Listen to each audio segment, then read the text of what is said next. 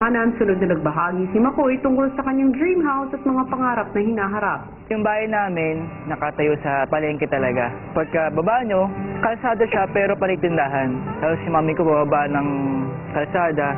Pagbalik niya, may sinigang na kami kasi lahat gulay nandun. Yung future ng family ko, gusto ko gantong bahay. Ako yung yayakap sa kanila. Ako yung magiging bahay nila kasi ako yung masaktan bago sila kasi gusto ko yung magtrabaho para sa kanila. May isa pang tanong. Pwede mo bang i-describe yung napupusuan mong babae na ititira mo sa dream house mo? Yung dream girl ko parang nitatanggapin lang din kung anong flaws ko tsaka yung mga wala naman maganda sa akin. Basta papayagan lang niya palagi, alagaan ko lang siya.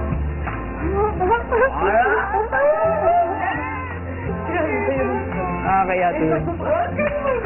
Kaway naman. Yan.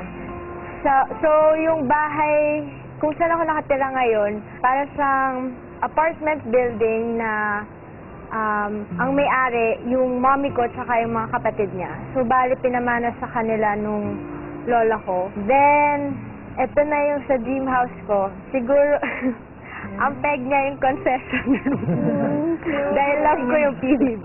Ever since talaga bata ako, mahilig na ako pumunta sa beach. Pag special occasions, doon kami nagse-celebrate. Kaya pag sa dream house ko, gusto ko by the beach talaga.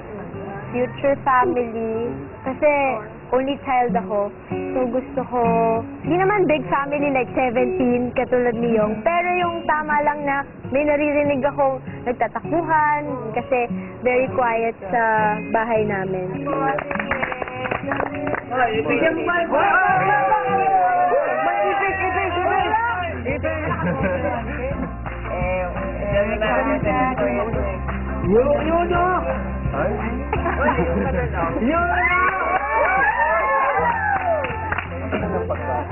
May upo na naman po si Makoy.